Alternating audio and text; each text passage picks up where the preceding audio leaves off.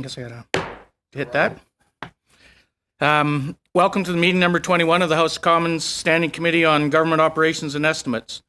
The committee is meeting today from 3:36. I'll record that time to 5:30. 5:36. We'll hear from PHAC and PSPC as part of the committee's study on the government's response to COVID-19 pandemic, and then discuss committee business afterwards. I'd like to take this opportunity to remind all participants to this meeting that screenshots or taking photos of your screen is not permitted. To ensure an orderly meeting, I would like to outline a few rules to follow. Interpretation in this video conference will work very much like in the regular committee meeting. You have the choice at the bottom of your screen to either floor, English, or French. Before speaking, please wait until I recognize you by name. When you are ready to speak, you can click on your microphone icon to activate your mic. When you are not speaking, your mic should be on mute. To raise a point of order during the meeting, committee members should ensure their microphone is unmuted and say point of order to get the chair's attention. In order to ensure social distancing in the committee room, if you need to speak privately with the clerk or the analyst during the meeting, please email them through their committee email address.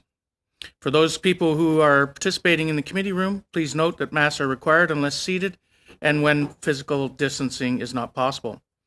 I will now invite the witnesses to make their opening statements. And we'll start with? PHAC. So, with the PAC. Public Health, sorry. If you go first, thank you. Good afternoon. I'd like to thank the chair of the committee and the committee members for inviting the Public Health Agency of Canada to speak today. My name is Cindy Evans, and I'm the Vice President of Emergency Management. In this role, I'm responsible for the National Emergency Strategic Stockpile.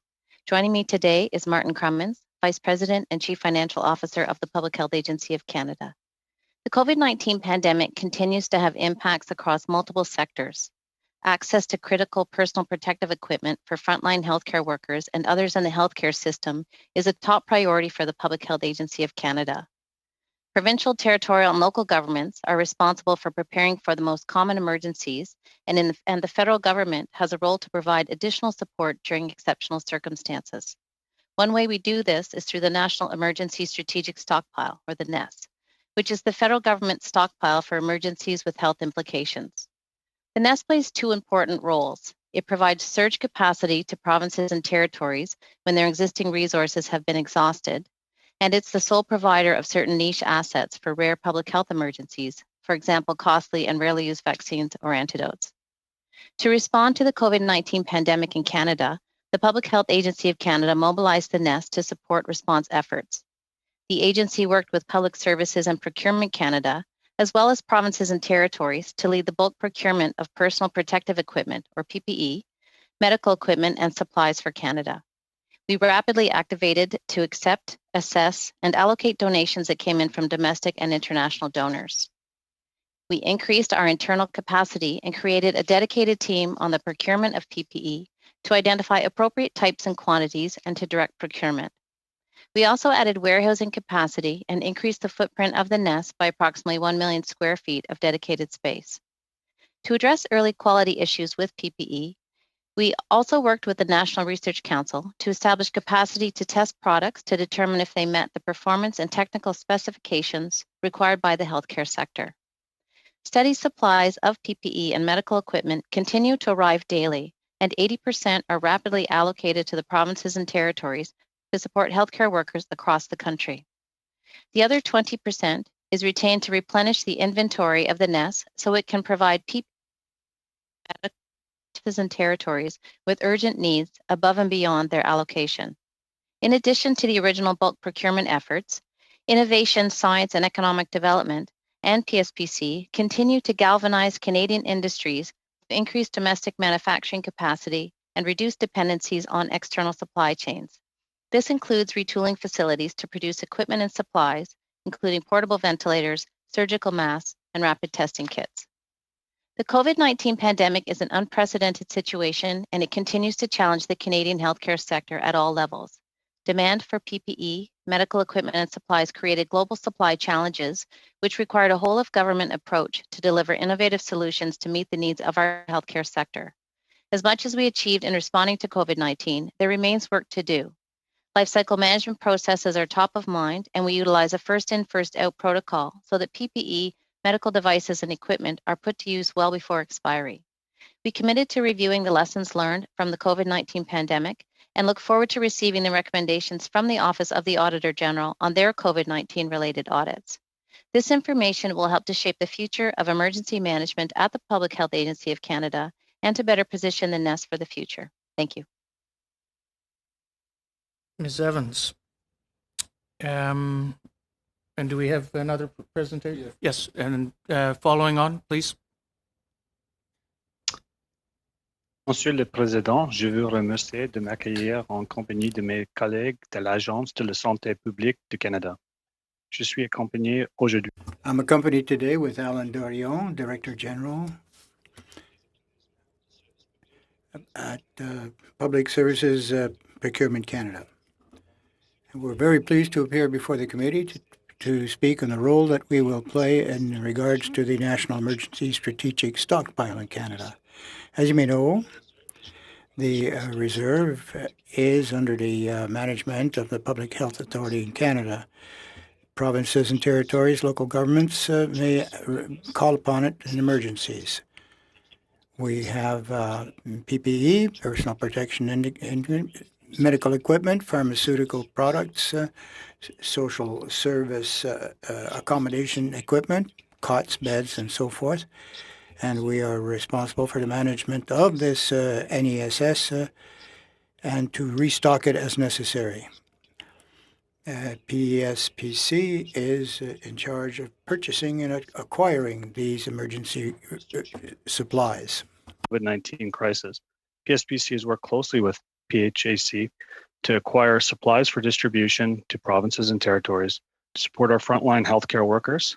These purchases are supplementary to the existing National Emergency Strategic Stockpile, as well to the stocks of supplies that exist in and that are being procured directly by the provinces and territories themselves. We've also provided procurement support to PHAC regarding warehousing and distribution services when needed. Mr. Chair, in the beginning, much of the supplies we were buying were coming in from overseas, and we were operating in a highly competitive international market. Canada simply did not have the domestic manufacturing capability at the time for vital equipment such as N95 respirators and other critical supplies. We have since established important domestic sources of supply, but during the early days of the pandemic, PSPC had to take an aggressive approach to buying in a complex global environment, especially when it came to personal protective equipment for frontline healthcare workers. That approach included buying large quantities of supplies in bulk, with delivery spread over several months, and supplementing those orders by purchasing everything immediately available that met Health Canada requirements. As part of these efforts, just over 1 year ago now, PSPC launched a call to action asking suppliers to come forward with products or services they could offer to support Canada's response to the pandemic. The response was overwhelming, Mr. Chair, with approximately 26,000 responses from both Canadian and international businesses. At the same time, through the plan to mobilize industry being led by Innovation, Science and Economic Development Canada, domestic manufacturers began to retool and ramp up domestic production of much needed supplies. In all, so far, the Government of Canada has purchased approximately 2.5 billion pieces of equipment to help Canada fight COVID-19, with many of those supplies now being made in Canada. Today, domestic production is now stood up in many places across the country, and marketplaces for PPE are much more stable in general. That is why over the past few months, we've been able to return to using competitive bidding process to secure goods and services needed to meet Canada's evolving pandemic needs, where circumstances permit and when the needs are not urgent. Open competitions for goods and services are now regularly being launched on our website for a range of PPE, medical equipment, and supplies. In addition, to further support domestic manufacturing, we've also issued a number of competitive procurement processes limited to Canadian manufacturers only. Monsieur le Président, en continuant d'acheter des fournitures. Mr. Chair, we continue to secure vital supplies through competitive processes and with domestic suppliers now making up a greater part of our supplying pool. We're better equipped currently for the longer term. And I can tell you we are committed to continuing to support PHAC and their efforts to maintain and replenish the National Emergency Strategic Stockpile. Thank you for your time, and I look forward to answering your questions. Thank you, Mr. Mills. We will now go into our first round of questions, and we'll start with Mr. Paul Hoos, 6 minutes.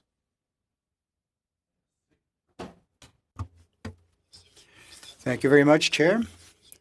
Good afternoon, ladies and gentlemen.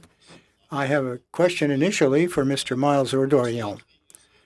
When the pandemic crisis started up, the government made purchase of ventilators, 40,000 units. Of these, where did that number come from? Why was it calculated as, that's $1 billion worth of contract here. So, Mr. Miles or Mr. Dorion, please. As we consult with Health Canada, the Public Health Agency, to get our requirements. And so for determining the numbers, we would consult certainly with our client group, Public Health Agency of Canada, and that number would have come in consultation with them in Health Canada. Maintenant, au niveau de la... Thank you. And so far as procurement is concerned, Library of Parliament has told us 63% of the ventilators arrived, so 25,000 have been delivered and received. We see that the need was not quite as high as forecast, so I believe that we probably have enough now to respond to any new requirement. We do have 25. Is this true? Is it already in the NES and available? And what of the other 15,000? Is there any possibility of canceling the rest of the order because they're not required right now, and that's hundreds of millions of dollars? Quite a few questions, but go ahead. The course of the crisis, the kind of needs have evolved as well as the clinical practice. So we have, over the period, it's come to light that we do need less. We are currently working with our suppliers to try and reduce the overall number. So we do not expect to take delivery of all 40,000, but we've certainly had over 25,000 delivered, which we will maintain, and we'll work with our suppliers to reduce the overall number that we take possession of. Combien le Canada? In Canada, how many of the provinces were required? How many have been used over the past year through Public Health Authority? Do you know? I think that question is best addressed to Ms. Evans. Mrs. Evans? Thank you, Mr. Chair, for the question. I do have that information. Give me 2 seconds. So we have early on in the pandemic, we did deployed over 400 ventilators from the National Emergency Strategic Stockpile to the provinces and territories to address their anticipated needs. And since then, from the additional ventilators purchased, we have deployed an additional over 500 additional ventilators to the provinces and territories. OK. Je ne ris pas de vous, Madame. I'm not laughing at you, Ms. Evans. I'm... Or the public service, but I mean 40,000 ordered and under 1,000 in use, 25,000 received. I think we have enough for 25 years, so I think we really should cancel the last 15,000 outstanding. Thank you much for your response. Now,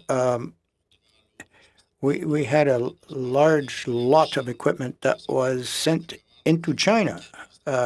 Which department decided to send PPE to China? February 2020, that was. Mr. Dorion, perhaps? In the pandemic, we did through a request that was coordinated through the Red Cross and the Chinese arm of the Red Cross, we did supply some supplies to China. It did not impact on our response from Canada, and in addition, a number of the types of supplies that we provided were near their expiry. Thank you.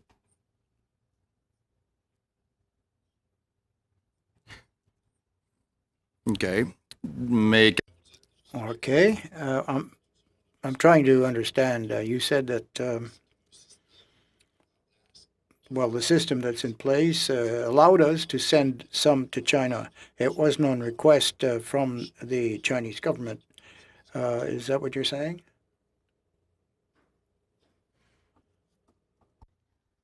Thank you for the question, Mr. Chair. So through our Global Affairs Canada, we did contribute to a national effort to contribute to a PPE request from China. So it donc, would c'est have le been ministre des through Affaires our étrangères Global de Affairs. l'époque qui a demandé qu'on en... So it's External Affairs or GAC that decided to send this equipment to China, correct?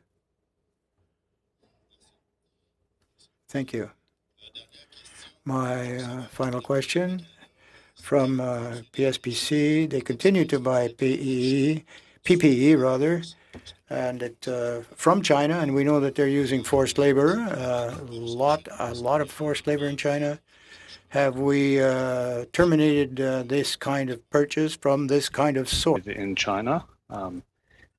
We are aware that there is a region, the OGGO region of China, where there are concerns around forced labor. We currently do not have any contracts with suppliers manufacturing in that region of China. Thank you. Thank you, Mr. Paul Hughes. We'll now go to Mr. Johari for 6 minutes. Thank you, Mr. Chair. And let me start by thanking both PHAC and PSPC for not only participating here today once again, but for the great work that both your departments and you have done. Strong leadership. We started from a very disadvantaged situation, and in a far from ideal circumstances over the last year. And what you and your organization and your members have done needs to be appreciated, acknowledged, and commended. So on our behalf, I'd like to thank you all. Let me start by asking questions from Ms. Evans. On my understanding is PHAC is responsible for NESS, and NESS by its virtue contain medical equipment, pharmaceutical, and social services supplies that can be deployed usually within 24 hours to the provinces and territories upon request in cases for emergencies such as infection and disease outbreak. Madam Evans, can you give us some idea around the type of request that came in and how much have you supported provinces? In your opening remark, you talked about 80% of the stock that comes into NESS. It's going to the provinces and territories.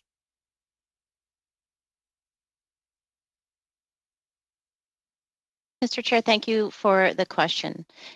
So there's two things that happened. We have bulk procurement that was done, and those stocks that are coming in. And for the personal protective equipment, we've really focused on 5 key commodities, and that would be surgical masks, N95 respirators and equivalents, face shields, gloves, and gowns. So 80% of the supplies that come in are immediately dispersed to the provinces and territories.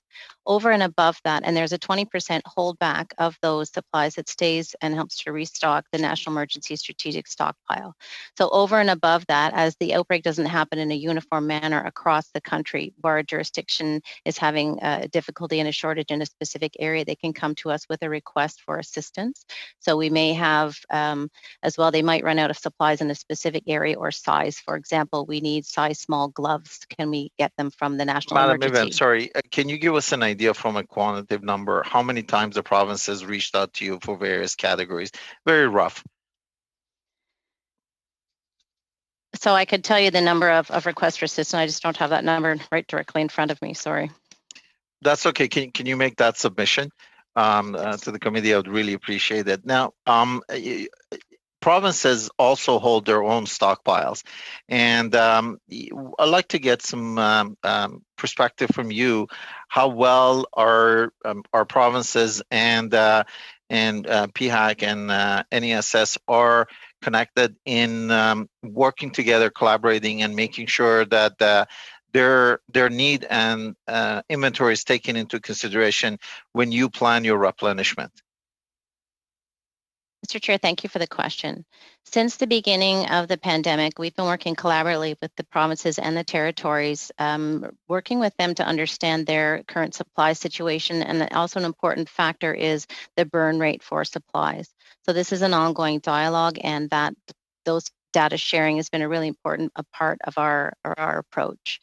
So we look to modeling both the pandemic in terms of what we're seeing from an epidemiological perspective, but what we're seeing in terms of burn rates from the provinces and territories, as well as the ordering that's happening. Our jurisdictions are able to purchase themselves internationally, domestically, as well as we've spoken about the request for assistance proposal. And in addition, there is sharing across the provinces where there's commodities that they feel are not going to be used. So that's taken into account as we look forward to the stocks that are required. We are looking to have and have primarily put in place an 8-week supply across those primary commodities for the National Emergency Strategic Stockpile. Individual jurisdictions are also looking to build their stockpiles, and they have a range in terms of the level of preparedness that they have set. A number, for example, is setting themselves at 12 weeks or higher supply. Thank you. Thank you. Madam, the last question. NES also includes mini clinics for triage and minor treatment that are scalable and can be adopted to various circumstances to reduce demand on existing medical care services. Has PHAC or NES been approached to be able to help with administration of any of the vaccine in any of the provinces or territories? Thank you for the question, Mr. Chair. So the vaccine program is outside of my purview. What I could say today is that we have, through the effort, assisted in the delivery of needles, sharps, containers, syringes, fridges and freezers, and dry ice. If there are specific questions with respect to the vaccine rollout, we would have to take those back to the department. Thank you. Okay, thank you. So in closing, how would you characterize the inventory of and the situation that NES is right now, from having products available for distribution or PPEs available for distribution? Thank you for the question. I would say that we are well situated with the supplies that we've received and the stockpile that we've been able to replenish in the strategic stockpile. We continue to receive from the bulk procurement supplies daily, which are immediately dispersed to the provinces. And as my colleague from PSPC has said, we have galvanized the Canadian industry to help us be less reliant on external sources for some of these important commodities. Thank you. Thank you, Ms. Evans. We'll now go to Ms. Vignola for 6 minutes. Merci beaucoup, Monsieur. Thank you very much, Chair, and thanks for the witness's appearance. Ms. Evans, I think the question is probably addressed to you. How many respirators or ventilators have we received from BC International, which were delivered to Canada?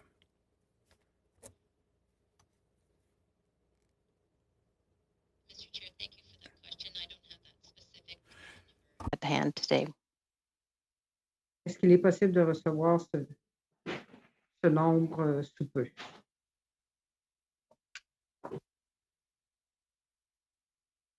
I'm sorry, I didn't hear the second part of the question. Can we receive a future answer to that question?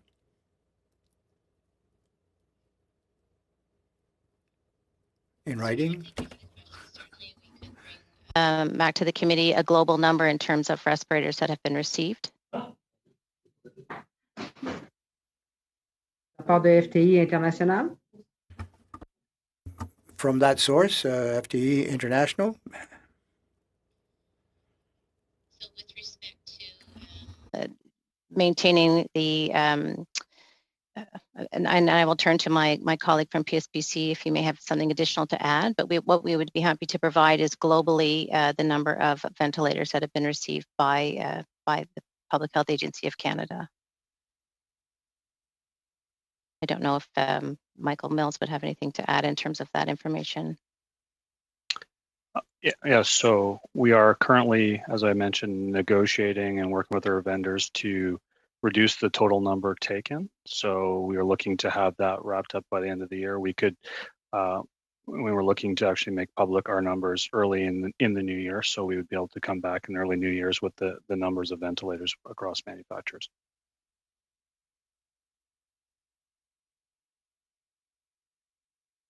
Et est-ce que je dois comprendre?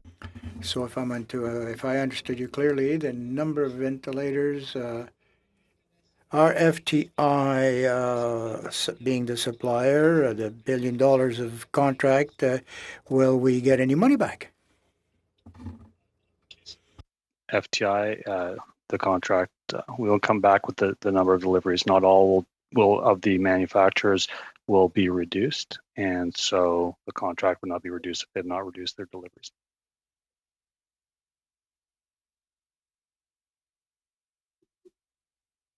OK. Donc, Okay. Fewer respirators, but still 237 million in cost. So, would any of you have seen the contracts with vaccine providers? Can you tell us what the total value of these contracts are, or the unit cost of the vaccines? I'm not responsible for the purchasing of vaccines, so I would not be able to provide information on the vaccine number of vaccines or details on the contracts. Like as Ms. Evans has said, we are responsible collectively for the purchasing of supplies to administer vaccines, things such as syringes, needles, sharp containers, freezers, and those kinds of things, not the vaccines themselves.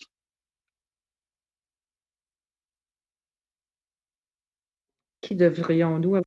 And in your opinion, who should we invite as a witness to get answers to these questions?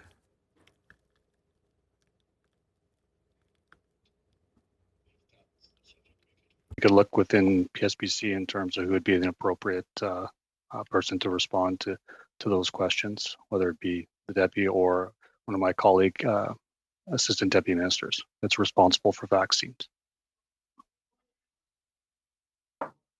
Je vous remercie. Thank you very much.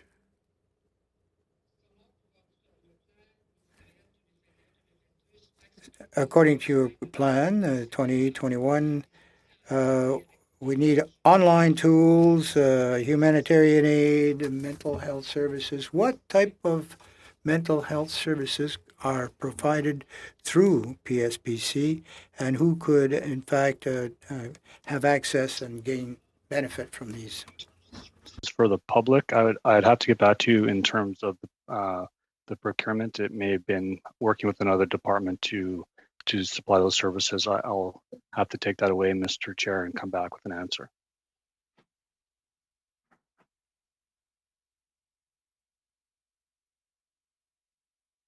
Je vous remercie. Thank you. Now, what are some of the obstacles in the delivery or the obtention of material in isolated communities such as First Nations or Indigenous communities? Major obstacles. Mr. Chair, thank you for the question. So, as I said, in the bulk procurement that we've done for personal protective equipment, 20% of that amount is held back by the National Emergency Strategic Stockpile to replenish our stocks. Within that 20%, we do allocate 2% of that to our colleagues in Indigenous Services Canada, and where they are providing support to communities within their purview that provides them with essential medical supplies for those communities. So with respect to specific barriers to that distribution, I think we'd have to go back to our colleagues at ISC to ask for additional details. We have had, with respect to delivery of supplies, for example, fridges and freezers in support of the vaccine delivery, we were able, through a request for assistance to the Canadian Armed Forces, to request assistance in delivering to some more challenging areas in that circumstance. Thank you. Thank you, Ms. Evans, and thank you, Ms. Vignola. And the committee would appreciate from both the PHAC and from PSPC if they could submit for some of the questions in writing with those answers that you have indicated. We'd greatly appreciate you submit those to the committee and to the clerk. Thank you. We'll go to Mr. Green. 6 minutes, please. Thank you. And members of this committee, to the witnesses that are here today, I want to thank us for this opportunity to kind of revisit this conversation. You'll know and recall in multiple meetings, I've brought up the urgency around the National Emergency Strategic Stockpile. Through you, Mr. Chair, when we moved the motion at this committee to receive documents, we did so with the parameters that they would only be redacted with accordance to the principles as laid out in the motion. So my first question is, did anybody within the National Emergency Strategic Stockpile department responsible, PHAC, and others have any role in redacting the documents that we received?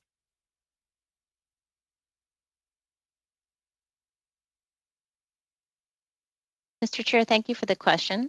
So with respect to any document production, be that through access to information or other requests, including parliamentary motions, staff that are providing documents would make recommendations for redactions in line with the principles that we would see as well through the access to information eligible redactions, including things such as with respect to national security, with respect to information. So is it your opinion, through you, Mr. Chair, that out of the hundreds, almost thousands of papers that we went back trying to search for answers in the National Emergency Strategic Stock Plan, is it your opinion that most of the contracts and the information that would lead to the decisions of the closures of those national warehouses would be of national security, and that's why they were redacted?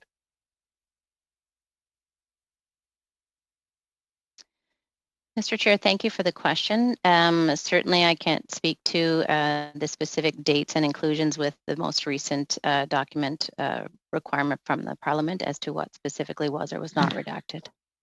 So may I just put through to you in a very clear way today on the record, Ms. Evans, I know you're here. You had a predecessor before you that was before this committee, and I didn't have much luck getting answers there, so I'll try again today.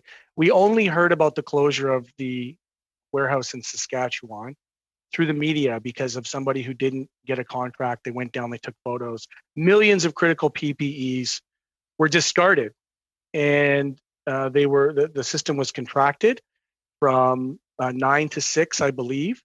So we never really got information back about the other locations. The government was forthcoming once they were caught on the Saskatchewan warehouse. So my question through you, Mr. Chair, to Ms. Evans, is how many items of critical PPEs were also discarded in the other warehouses based on the program's inability to effectively deal with the expiry dates?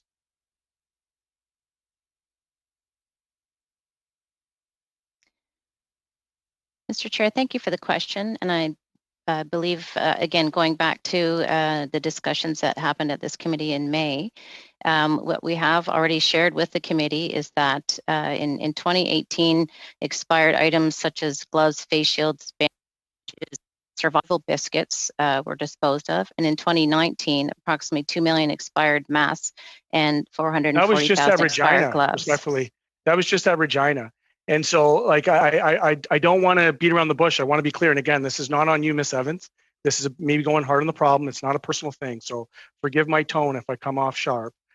But you haven't disclosed. We know that was 2 million in Regina. Am I to then extrapolate from that that it could also be assumed that in the other 2 locations that were closed, there was also 2 million critical PPEs and N95 masks that would have been thrown out in those 2 locations as well?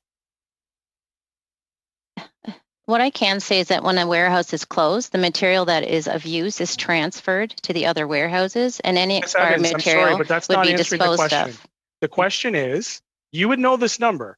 You had 9 warehouses. You reduced them to 6. In one warehouse alone, you threw away 2 million N95 masks in bins, in garbage bins. And on March 18th, there's documents, emails from your department that talk about facing the real crunch. We've received urgent requests from Nunavut, Northwest Territories, Newfoundland, BC, and they were all asking for N95s. And it says, and I quote, the requests particularly for N95s far exceed our stockpile. So I'll ask you the question again. In one warehouse, you threw away 2 million N95 masks. How many masks did your department throw away for the other 2 warehouses or all of the warehouses based on the expiry of these items? Mr. Chair, thank you for the question. Again, I will reiterate that any masks that would have been acceptable would have been transferred to another warehouse. And I will say the masks from the Regina site were 10 years old and 5 years past their expiry date. This is what I have, Ms. Evans, from the request that I put forward. You will see that document is blacked out. This is about the current nest stocks for the PPEs. We started off in procurement by throwing away masks in 2019. We know one location threw away 2 million masks. Is it that you have the information, you're unwilling to give it, or you don't know?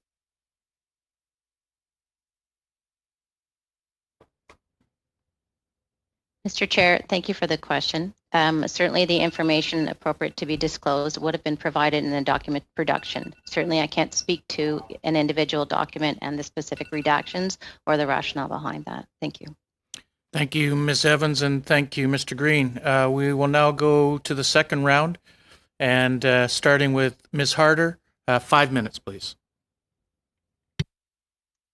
Thank you. My first question here is this: just a few months, actually, sorry, before COVID-19 hit, the government effectively shut down Canada's pandemic warning system. This is a system, of course, that had established itself during the SARS outbreak in 2003 or just after, as a frontline defense against pandemics.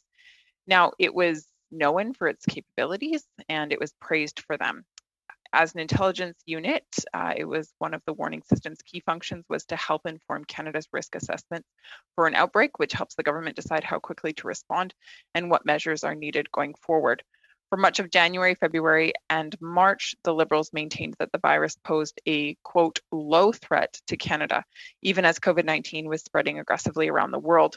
Even when the World Health Organization changed its rating to high at the end of January and warned other countries to prepare, Canada maintained a low risk and did nothing. Had Canada's pandemic warning system been fully operational, my question is for you, do you feel that the government would have heightened the threat level of the pandemic at an earlier date and therefore increased safety measures such as closing the border? Mr. Chair, thank you for the question. I'd really like the opportunity to set the record straight. The Global Public Health Information Network was never shut down. The number of alerts did decrease over the past number of years. However, GFIN has continued to operate without reductions in that time. Sorry, I'll just pause right there just so we have a clear understanding. So you're saying that the system, the warning system, has stayed in full effect the whole time? Mr. Chair, thank you for my question. What I'd like to do is give some context. It just takes a yes or no, actually. The system was not shut down? No. Well, if I might answer fully functional. Mr. Chair, may I answer the question in my own words?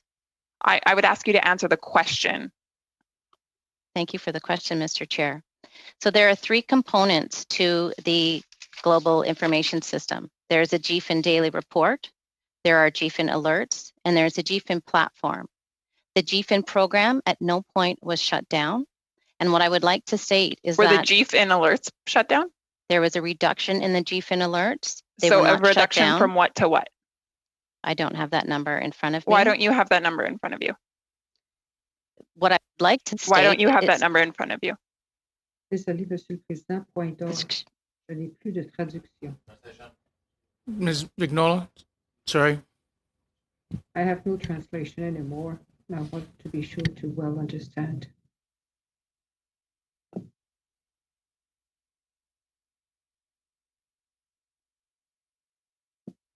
Vous pouvez recommencer, peut-être que ça s'est remis en fonction. Ms. Vignola, we're just going to pause for a second until we figure out what's going on. It's translations, is that correct? C'est revenu. Je vous remercie. It's back. Thank you very much. Retour. I have the interpretation now. Thank you very much. Thank you, Ms. Vignola. We will try again. Ms. Harder, if you'd like to carry on, please. Thank you.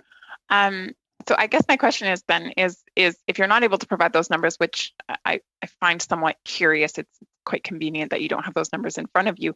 Then my question is this: why was the pandemic missed? If what you're saying is true, if the system was effectively in order, why was it missed?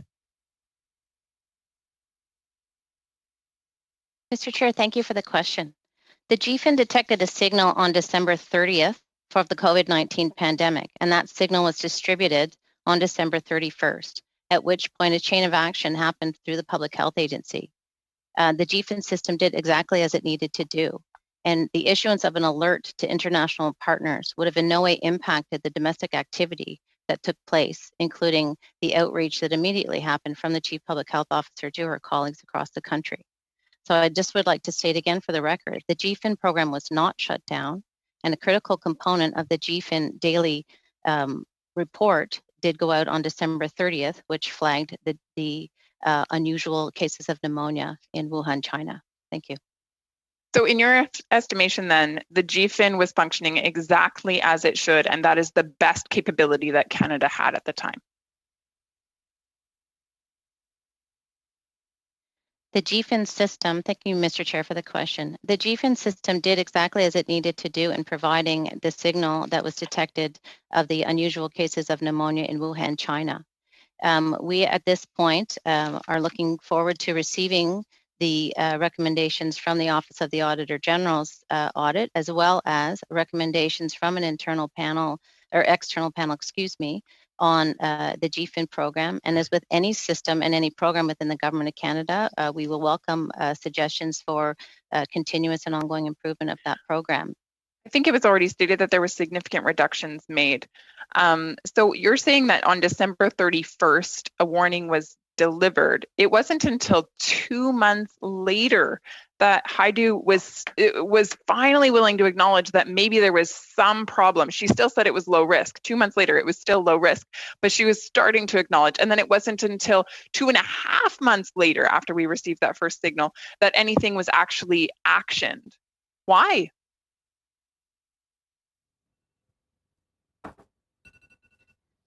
Mr. Chair, thank you for the question. So officials have been asked today to come to the committee to speak to the National Emergency Strategic Stockpile. Certainly I can speak to issues on the GFIN program. And as I've stated, the signal was provided on December 30th. Would advice be given to the health minister in terms of how to act based on the data being collected? As I've said, the signal based on the December 30th I'm just wondering resulted. if information would be given to the minister and if she would be advised. Ms. Harder, if we can get a quick answer there, Ms. Evans, appreciate that. Thank you. It's really yes or no, pretty quick. So the signal from the GFIN system resulted in the Chief Public Health Officer alerting her colleagues and providing a system of readiness on the ground to watch for incoming cases. The risk assessment and decisions taken are outside of the scope of the GFIN program. Thank you. Thank you. We'll now go to Mr. Kuzmierczuk. 5 minutes, please. Thank you very much, Mr. Chair, and thank you very much, Ms. Evans and Mr. Dorian, and all the witnesses for your testimony here today.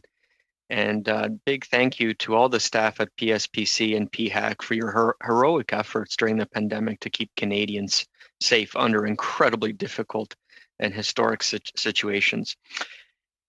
The federal government has, I guess this would be a question to Ms. Evans, but the federal government has been a partner with the provinces and the territories since the beginning of COVID. We have heard about the extensive funding that the federal government has provided directly to the provinces and the territories. And of note, the fall economic statement allocates about $7.6 billion to rapidly procure more than 2 billion pieces of personal protective equipment, an additional 1.5 billion in order to provide warehousing and logistics support to rapidly deliver critical PPE and medical supplies to provinces, territories, and Indigenous communities, as well as maintaining the readiness of the NES. Can you tell us more about how this funding will be used, when pass through Bill C-14? Mr. Chair, thank you for the question. I'm going to turn to my colleague, Martin Crummins, to initiate the answer on that question. Thank you. Certainly. Thank you for the question, Mr. Chair. So through the estimates this year, the National Emergency Stockpile has received significant influx in funding. The total this year has been $7.4 billion. As you all note, to date, the department has spent approximately $3.9 billion of this funding for a variety of commodities, including personal protective equipment, testing, supplies, warehousing, logistics, and other services, as well as supplies to support the vaccine deployment. And so as this funding will continue, so will the response for next year. And there will be funds that will be reserved in the next fiscal year as well to continue the use and purchase towards these commodities. Okay, thank you very much for that. And in your previous response, Ms. Evans, I believe you touched upon the auxiliary supplies that will be provided as the vaccination efforts are ramping up right now. And as we ramp up those vaccinations and vaccine clinics across the country, can you tell us a little bit about what role will PPE play, and as well that the NEST would play in that process? Are we ready for that demand in terms of whether it's syringes or disposable gowns, or again, just supporting the efforts on the ground? I'd like to get a better understanding of that, please. Mr. Chair, thank you for that question.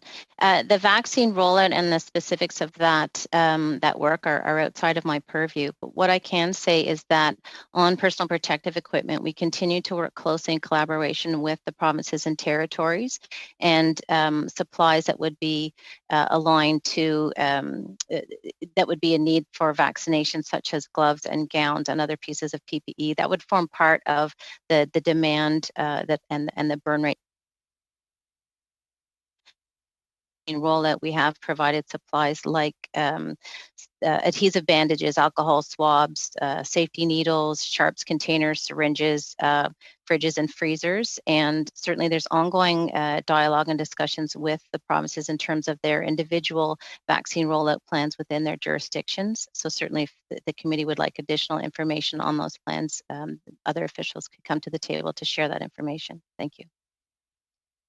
Does that stockpile include the so-called dead space syringes as well too? And is that something that we're going to be leaned upon to deliver to provincial and again local partners who again are responsible for the rollout, but they might be coming knocking on our door? Mr. Chair, thank you for that question. The Public Health Agency of Canada, with our partners at PSPC, have been procuring low dead volume syringes as part of the Government of Canada's vaccine rollout plan. And as of March 18th, we have procured over 150 million of those low dead volume syringes, and those have been actively distributed to provinces and territories as they have been received. Thank you. That is absolutely fantastic news. Thank you very much again for being on top of the ball here. I guess one last question. I know I'm running out of time, but can you tell us a little bit about what lessons or what insights have we learned right now throughout this pandemic? Is there one or two key insights or lessons that we've learned from this experience? Thank you for the question. That's in terms of the NEST itself, yeah. In terms of the NEST itself, I would say two things. I think certainly the efforts that have been made to galvanize the Canadian industry and allow us to pull from domestic supply have certainly been quite critical in our response, and something that we'll be looking to how do we sustain those efforts going forward to bring some domestic self-sufficiency to Canada.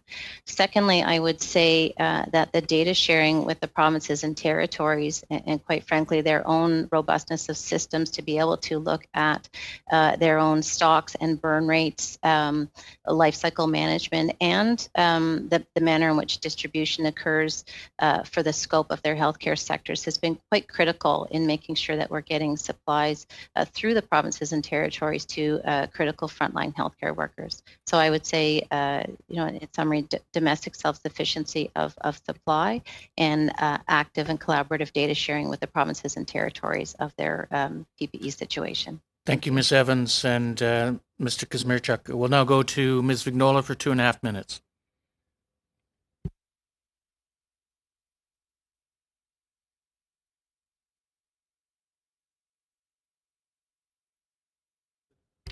Ms. Vignola, are you... Bonjour.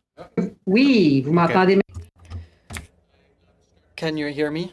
Question, I'll start your clock at that point. Merci beaucoup. Thank you very much.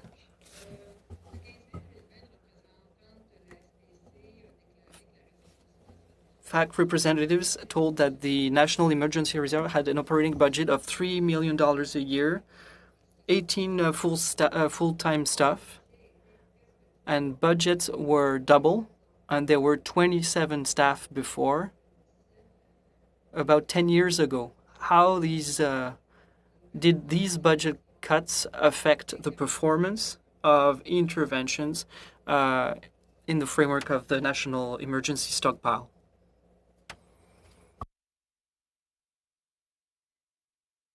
Mr. Chair, thank you for the question. I'd like to turn to my colleague Martin Crummins to speak to the specifics of the budget for emergency strategic stockpile. Mr. Chair, thank you for the question. What I can say is that, as you noted, the budget for operating the NES was significantly less than it is this year. And so annual base funding for the NES operations has ranged between $3 to $5 million on an annual basis. In the most recent year, that operating budget has grown significantly to almost double and is now sitting at approximately $6 million for operations and FTEs. In the past, I can say specific investments for the purchases of equipment have been time limited or through internal reallocations. And so some of those time limited funding was, for example, as a 4-year investment for medical countermeasures against smallpox and anthrax that was made in 2015-16. With the onset of the pandemic, those time-limited investments have grown significantly and are close to $7.4 billion. And so the operating budget of the NES has grown and is there. In terms of the operations and how effective they are, I think I believe my colleague Cindy Evans would be able to speak to the effectiveness of that. Je vous remercie, Monsieur Crummins. Thank you, Mr. Crummins, but my question is... Thank you, Mr. Crummins, but my question... What were the... What was the impact of those budget cuts? I know now that budgets have gone up again, but what was the impact of budget cuts on the way the National Emergency Stockpile was managed and operated to respond to the pandemic?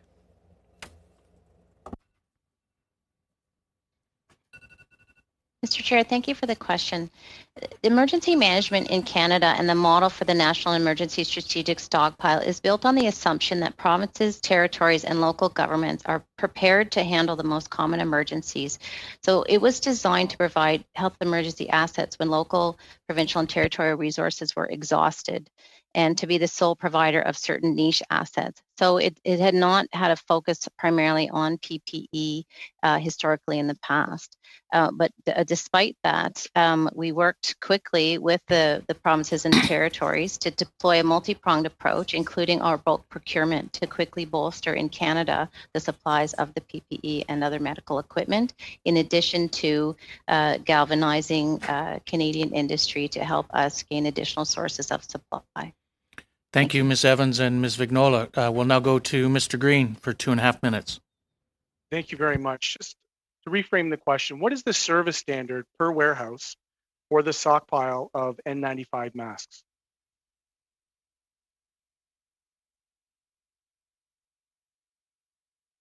Sorry, Mr. Chair, I'm not sure I understand the question. How many N95 masks are by standard stockpiled per warehouse? Mr. Chair, I'm unable to provide a specific number of N95 masks. What I can tell you is in terms of what we've procured Sorry, overall. that's not what I'm looking for. We have warehouses across the country. I would assume those responsible for the warehouses would know how much each warehouse is supposed to have on hand at any given time. If we don't have that information, Mr. Chair, I'm going to go ahead and move a motion that that Ms. Evans and her department report back to this committee on the number of N95 masks and critical PPEs that were disposed of in 2018 and 2019, and we'll put 2020 in there. And what is the standard for stockpiling of N95 masks across the country, as well as disaggregated by warehouse? Thank you, Mr. Green, for that motion. So we have a motion on the floor. Mr. Green, do you have that in writing? Or can it's an ad hand motion. Okay, Mr. Chair, I've been unable to ascertain the question. Certainly. Can you repeat it again so the clerk can, just so he's got everything down properly, please? That the department responsible for the National Emergency Strategic Stockpile report back to this committee on the disposal of all PPEs, including N95 masks for the calendar years of 2018, 2019, and 2020, and what is the national standard for stockpiling these items nationally, as well as per warehouse. So if I could speak to that motion. Thank you. Just hold on just for a second, Mr. Green. I just want to make sure the clerk has got that down in case we're asked to repeat it. All right, Mr. Green, if you'd like to speak to that motion, please. It's clear that there was a complete strategic stockpile to follow their own reports that go as far back as 2012, when they knew that they were going to have issues around the expiry and the maintenance of the standards for our stockpiles. This is something that has been reported on time and time again. 2012, they knew that the assets stored within the nests were no longer in good quality due to long-term storage, and yet this government still failed to address the system management failures, resulting in the shuttering and disposal of millions of critical PPEs on the eve of a global pandemic. I still have not heard a rationalization for how this abject failure was acted on. This is something that's been known for almost a decade. I asked Ms. Thornton. I moved a motion hoping to get this information. I'm finding that in all the materials that have been given to us, this information has either been redacted or not submitted. There must be, Mr. Chair, a national standard on how many N95 masks the National Emergency Strategic Stockpile was supposed to have. We heard today that 2 million were thrown away in one location. We knew, and I have been on this now for the better part of a year, 2 other locations were also shuttered. It is left to me to believe that those responsible, in the past, it would have been Ms. Third, and we have Ms. Evans here today. Again, it's not personal. They're just staffers on this file. That if there was 2 million thrown out in Regina, then there could have been 2 million thrown out at the other locations, each location. We started off this pandemic, Mr. Chair, woefully behind the rest of the world as it related to having access to these. I have documents where they're just unwilling to share what the stock levels were looking like. I've asked questions in multiple different ways and iterations, trying to get to the information on who's accountable for the disposal of critical PPEs. This is all without being said, Mr. Chair, that in the procurement side, even when we tried to catch up, you recall through the work of this committee, 11 million masks were procured, 9 million of them were deemed to be unfit for use and not to the standards of the N95. So, it's my position that there was an abject failure. I think this is a scandal. Quite frankly, I've been saying this now for the better part of a year. There's now internal documents that support that they were like that the requests from the provinces, this is March 18th, 2020, far exceed our stockpile. And yet nobody within government wants to take responsibility. So I'm moving this motion. I want to make sure that this committee is clear about what transpired in the shuttering of the National Emergency Strategic Stockpile, how many were thrown out, were they replenished, and how was Canada situated on the eve of a global pandemic to ensure that this, what we knew to be going back 10 years now, this pandemic coming after SARS, how we were going to be positioned to address it. So those are my comments, and I think you can hear my frustration. I just want to reiterate, it's not directed at any individual person. It's just, I've been after this now for the better part of a year. Thank you, Mr. Green. I have Mr. McCauley, and then I have Mr. Drouin. Thanks, Mr. Chair. Mr. Green, I think you bring up a lot of excellent points. I think certainly do support this, especially when you consider September 2019, just 3 months, if not less than before what Ms. Evans said was the warning given on December 31st to Dr. Tam and others about this problem coming out of China. September 2019, PHAC was bragging about how well prepared they were, and yet we know different. I just want to ask to clarify in your motion, Mr. Green, though, when you talk about the standard, you're referring to set inventory numbers for N95s and other items. Great. I just want to make that clear. The real number. So people are not kind of working around that. So thanks very much, Mr. Green. I appreciate. Sorry, Mr. Chair. Go ahead. Thank you, Mr. McCauley. We'll now go to Mr. Drouin. Thank you, Mr. Chair. And I just want to correct a few points that my friend Mr. Green has mentioned. Obviously, everybody was trying to procure PPE in the midst of this pandemic, and I'd remind him that there was a reason why Mr. Trump tried to block some exports to Canada at the time of N95 masks. So it wasn't just Canada has an issue of procuring PPE when the whole world was trying, but so he's asking for information with regards to the national standard. Would he be willing to change the wording of the national standard? Because I too get confused what he means by that. So if I'm getting confused and we're going to be perhaps adopting a motion and then we send this to the department, I'd hate to see the department reporting back and saying, well, you gave us the national standard wording. So can he clarify that in his motion, just so everyone understands around this table what he wants? Mr. Green, Mr. Green, I'm going to ask you just if you can hold on that, and then we'll get you to respond once we get to the end, if that's okay with you, please. Then there might be other questions. Mr. Kuzmierczuk? Yeah, I'm sorry. Was Mr. McKinnon before me? I do apologize. Oh, okay. Don't have Mr. McKinnon up for his hand up. So. Oh, my apologies. My apologies. I guess that. I guess I'm just trying to get some clarification in terms of the reasoning on behind the motion here. You're looking at the fact that literally, $7.4 billion of PPE was procured. PPE, medical equipment. I'm looking at nitrile and vinyl glove pairs alone. You're looking at, 781 million. Face shields, 60 million. Quantities received. Medical gowns, I'm seeing 130 million medical gowns. This is as of 26th of February 2021.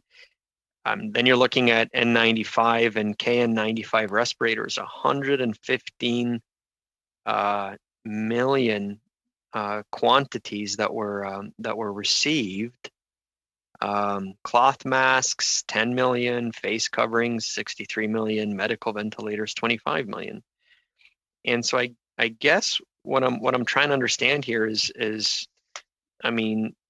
the supplies. It seems that the supplies that were procured over this time are supplies that have met the demand that was generated locally by the, it's up to the provinces and it's up to the local health units to indicate that they require additional assistance. And so, PSPC, PHAC went out and knocked it out of the park. I mean, in terms of providing, again, millions of, tens of hundreds of millions of pieces of PPE here, to help supply and help fill the breach. Even earlier in testimony today, we heard from one of our colleagues here and at the committee sort of saying, hey, we've ordered so much of this stuff, we should consider potentially even nullifying some of the orders because we've got too much of it. So I'm looking at the situation here. I'm seeing and PSPC and PHAC really accelerating purchases, really stepping up to the plate in such a difficult situation, knowing that there is such tremendous demand globally and such a competitive situation.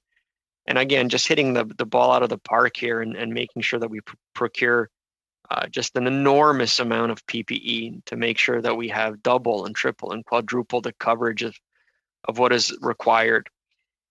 So I guess I'm trying to understand here. I'm always open to discussions. That's just the way that I approach committee and approach the work here. But I'm trying to understand exactly what Mr. Green is, what my colleague here is trying to get at here with this motion, what the purpose of the motion is. Because again, as I'm looking at this information here, PHAC and PSPC really, again, like I said, they ramped up the procurement process. They got to work as quickly and created a spot stockpile that I would say is probably the it's something that other countries wish that they had in terms of PPEs.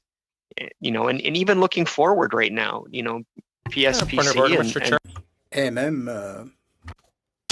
Point of order, Mr. McCauley. I'm just wondering, is the Liberals, are you planning on filibustering this and blocking this from the public? Or are you going to get to the end of your question, please? This is vital information to the Canadian public. Just let us know if the Liberals are planning on filibustering this so we can move on.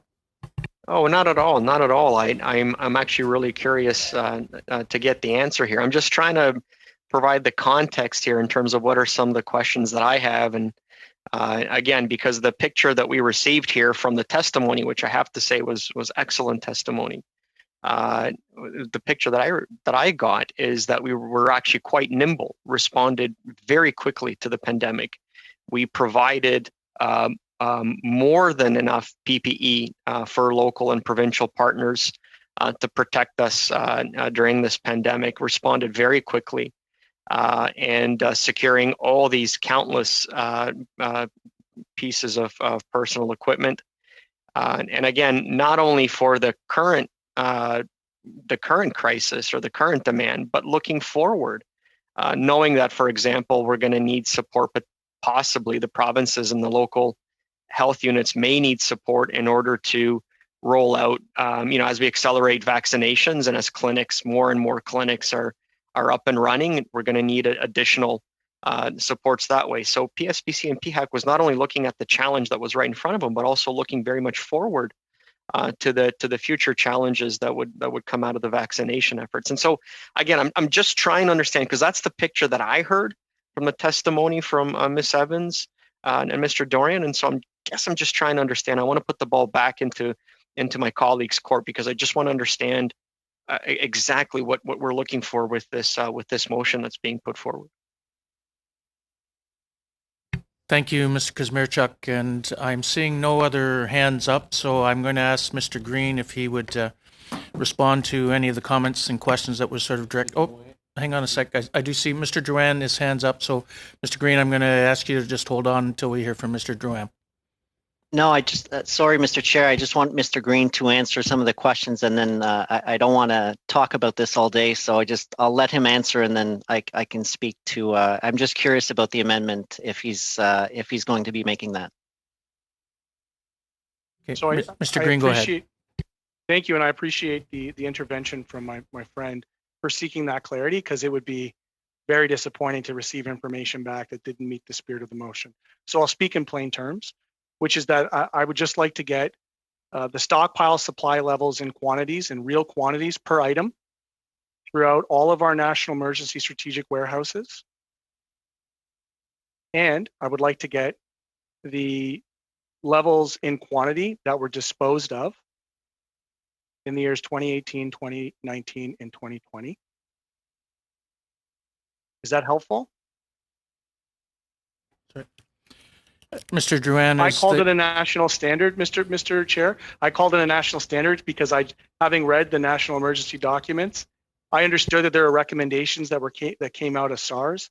I would imagine that in a program as important as this, that there would be standards for what the levels and quantities of supply should look like.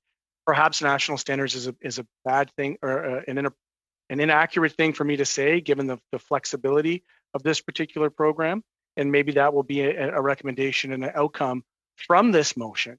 To be very clear, Mr. Chair, there were recommendations that go back 10 years on this post-SARS. We saw fit to have national emergency strategic stockpile warehouses across the country. Somebody, somewhere along the line, made a decision to close them down, to close 3 of them down. And I'll reiterate, we knew that 2 million were thrown out in Regina. I'm seeking to find out how many more of these units were thrown out and whether or not they were ever replenished. And if I can answer the second point in terms of context, this language of knocking it out of the park, Mr. Chair, 20,000 Canadians are dead. You want to talk about procurement that took months to get online, where we actually had real domestic products here shipped on the ground that were qualified for distribution. The first 11 million N95 masks that hit the ground, the soil here in Canada, 9 million were deemed unfit for use as N95 masks. So we throw away millions, we bring in millions, all the while Canadians are contracting COVID. So the mental gymnastics, Mr. Chair, of the contortionist of patting ourselves on the back on this file, when we failed to live up to the recommendations of our own reports that go back a decade, Mr. Chair, is just simply something that I can't fathom. We know that their budget got slashed almost in half. Their staffing got slashed. You know, this government, again, is just failing to meet their own recommendations. And I would just like to get to the heart of the matter, which is, how did we start this pandemic off? We now know that masks were critical.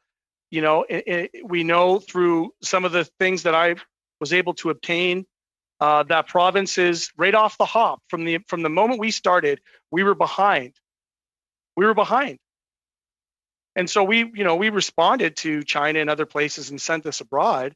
But then as soon as Newfoundland and BC, as soon as Medevac in the north were seeking N95 masks, staff say it far exceeded their current stockpile. I would wager that if we had a system in place with the kind of management and logistics that would have replenished the 2 million in Regina, if we kept those warehouses, I would wager that we could have gotten those requests right off the bat. Mr. Chair, we're in our 3rd wave right now. So hitting it out of the park, which park are you in? We're modeling scenarios that are worse than anything that we've ever seen before.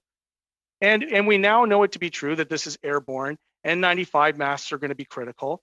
And the fact that we want to spend this committee patting ourselves in the back a year into this game negates the accountability that this government had on the failures of having adequate supplies in the nest to begin with. And I would love to be proven wrong. I would love for these documents to come back and say, we threw out 6 million, we got 6 million, it was a net, zero loss, no big deal, and we were ready to go. But that's just simply not the case. There have been cuts to this program. They're cutting their own corners. They're not listening to their own recommendations. Dr. Tam is on the record 10 years ago talking about post-SARS, what we needed to do.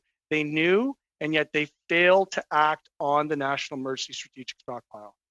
So when you ask me what I'm getting at, we shouldn't be in this third wave. That's what I'm getting at.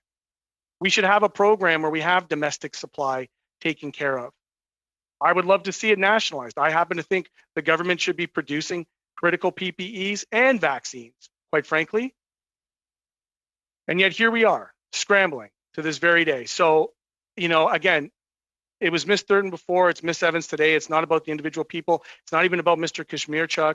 I'm fired up because this has been like a year in the making for me to get these documents, and they filibustered the last time, Mr. Chair. You'll recall, I passed it, it got prorogued, I brought it back, I got super heated. In fact, I even had suggestions from members on the other side, I need to chill out on this.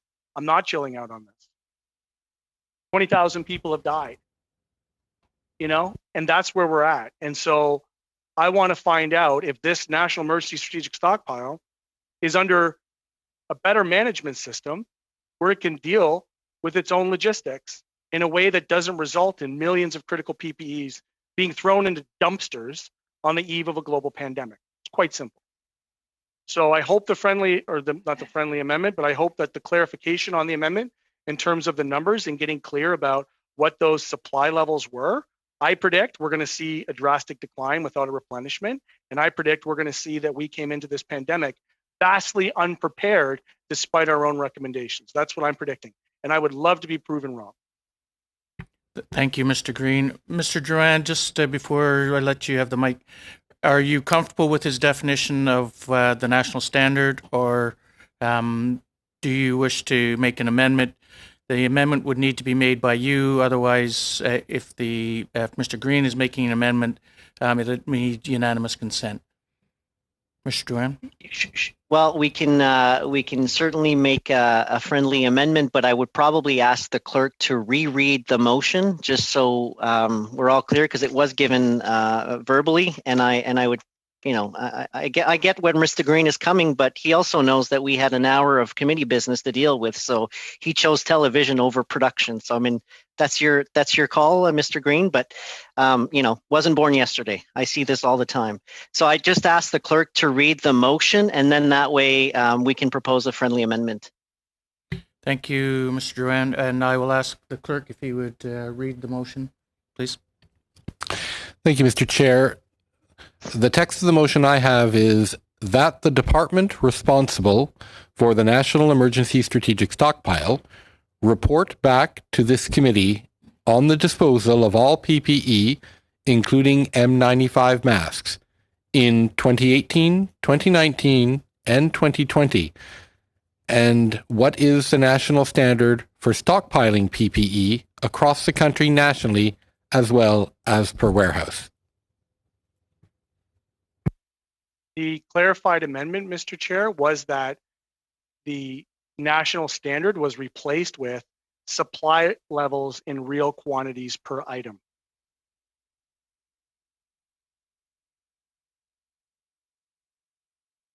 I'm sorry, could you repeat that, please, Mr. Green? As per Mr. Drouin's intervention, I, in that friendly amendment, describe it as the supply levels in real quantities per item.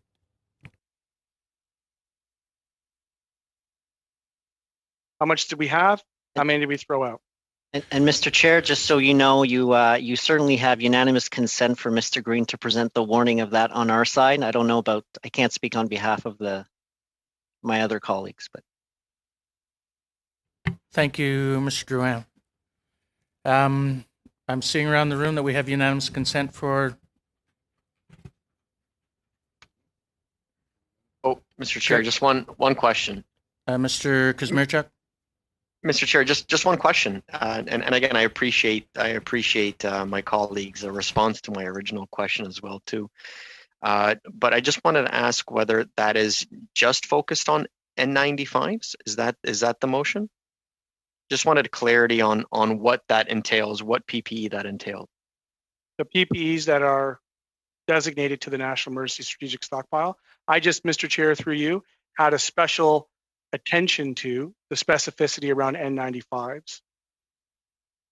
We know that there were millions of other PPEs that were also thrown out and then reacquired, as we've heard today in this testimony. So it was for all quantities per item.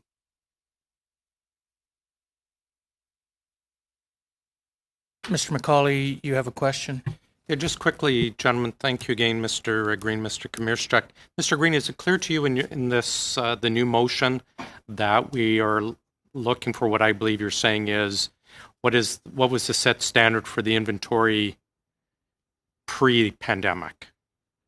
I'm actually at this point, through you, Mr. Chair, I'm satisfied just to get the data. Okay. And then from the data, we can determine later on through testimony if there was standards, because it might be the case there wasn't. Okay. Thanks, Mr. And so Green. we'll determine once we get the data whether or not those standards were met or not. But my most important part of this intervention is to get the actual data of the supply levels and the disposals. Did you have a question, Ms. Vignola? No? Okay, thank you. So we'll read the... I'm going to read the question one more time, and then I will ask that to see that we have unanimous consent for this. Go ahead, Mr. Clerk. So my understanding of the amendment is that the term national standard for stockpiling PPE be replaced with supply levels in real quantities per item. Have I understood that correctly? Thank you. Correct, Mr. Green? Yes, thank you.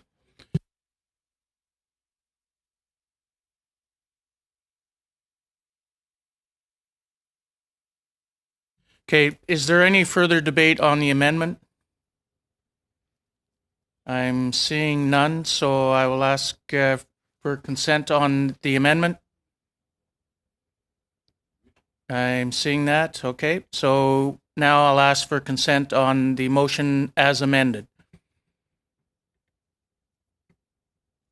I'm seeing thumbs up. Thank you very much, carried. Thank you, Mr. Green.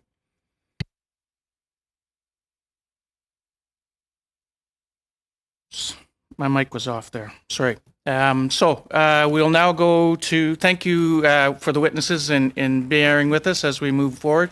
We'll go to Mr. McCauley, 5 minutes. Thanks, Mr. Chair. Ms. Evans, we were talking about earlier about ventilators. Were any ventilators, whether the mechanical ventilators or N95 type ventilators, have any been sent overseas, whether sold or given or donated?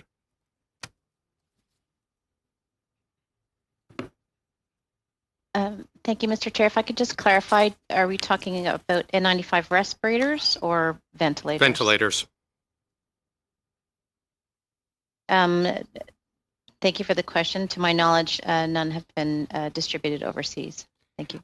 When you say best of your knowledge, could another department have done it without PHAC being aware, or that's a definitive no?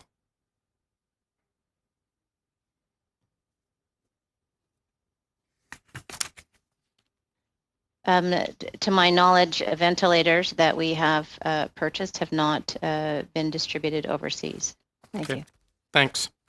Mr. Chair, traditionally at the beginning of the meeting, and sorry, I guess I should have brought up earlier, the response from TBS for our March 17th report, traditionally we go to the committee, we ask if we want those made public.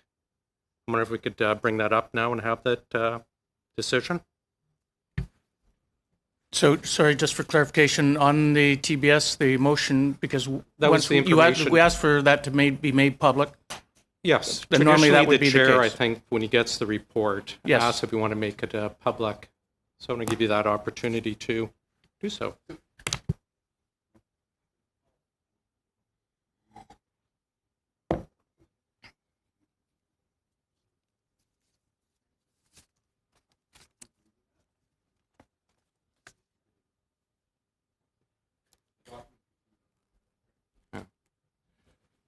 Sorry, just for clarification, you are asking for the documents that we called for from March 17th would be made public. Is that correct? That's right. I think it's correct. Tradition. Thank you. Is there any debate on that motion?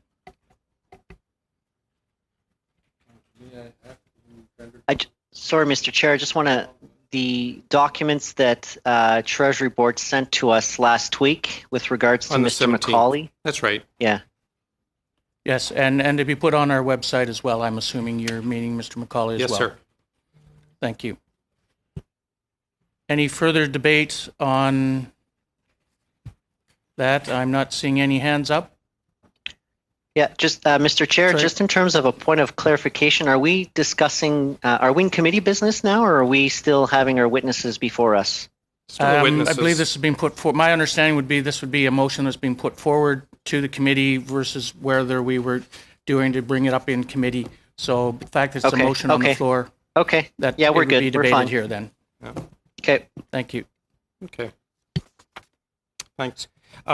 As a matter of hand on that issue, I'd like to put through a motion, please, from the floor, in consideration of the fact that TBS has submitted documents to this committee that are not what the committee asked for. The committee asked very specifically for that the Treasury Board Secretary provide the committee with all monthly COVID expenditure reports and COVID spending data.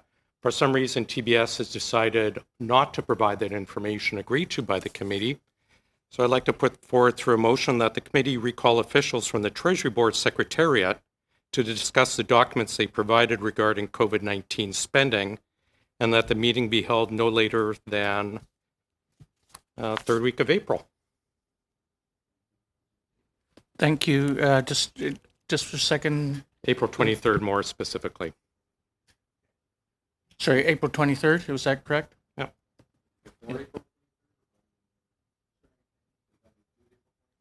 Sure, by April 23rd. Yep. Now, specifically, I'll just be very, very brief on this.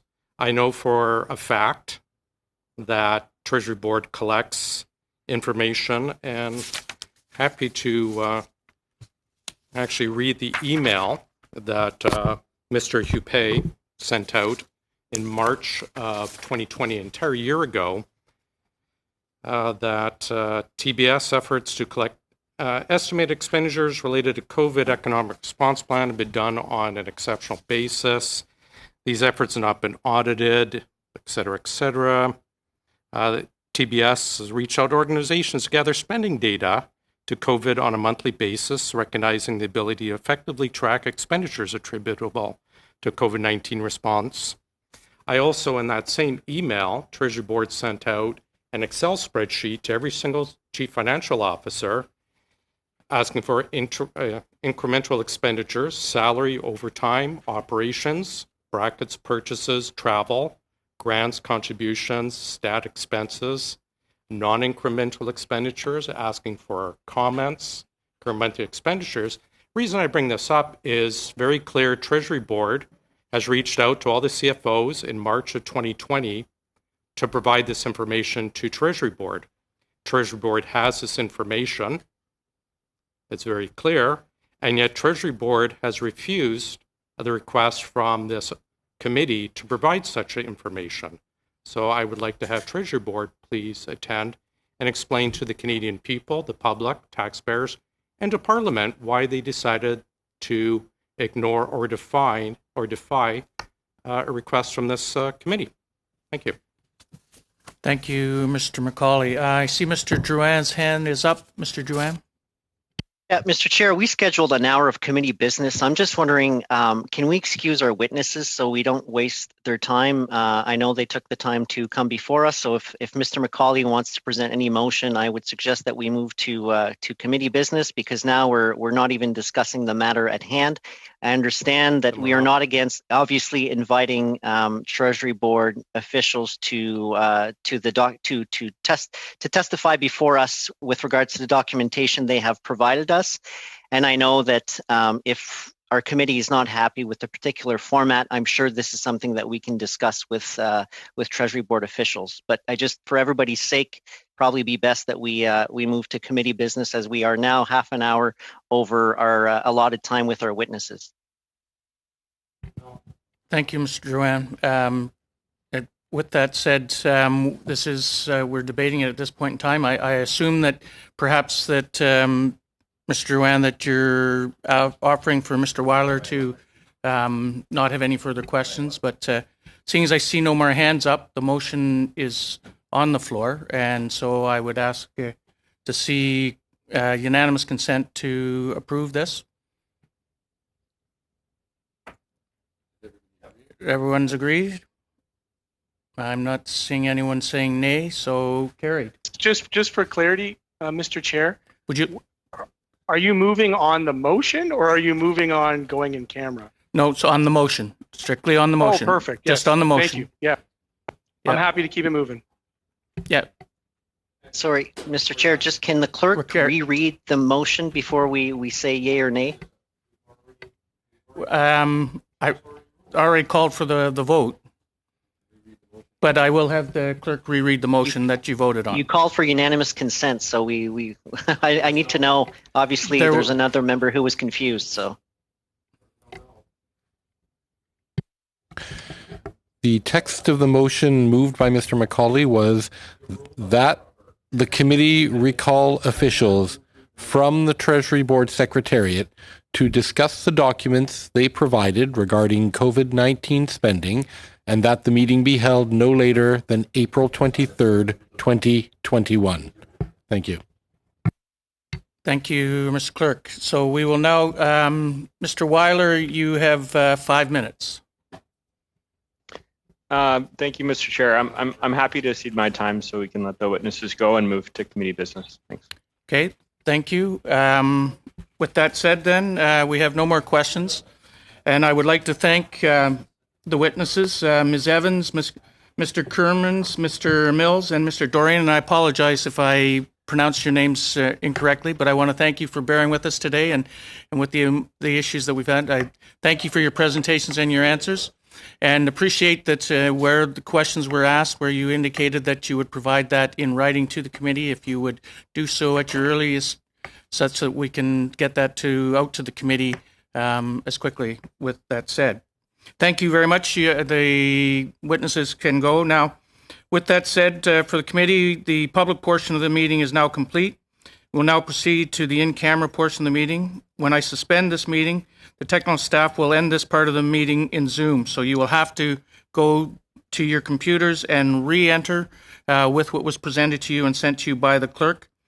And you should all have that. And with that said, we will suspend temporarily. Mr. Chair,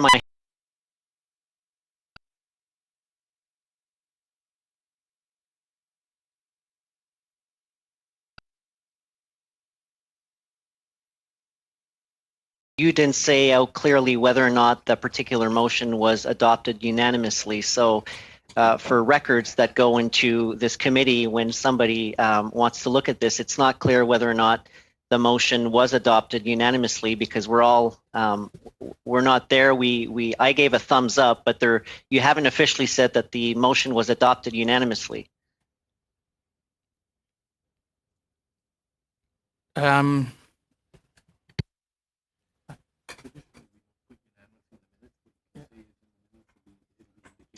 Just for the record of Parliament, I want to make sure that if we're going to proceed like this, it's bizarre. It just gets confusing. That's all. The minutes will indicate that it was approved of as opposed to unanimous.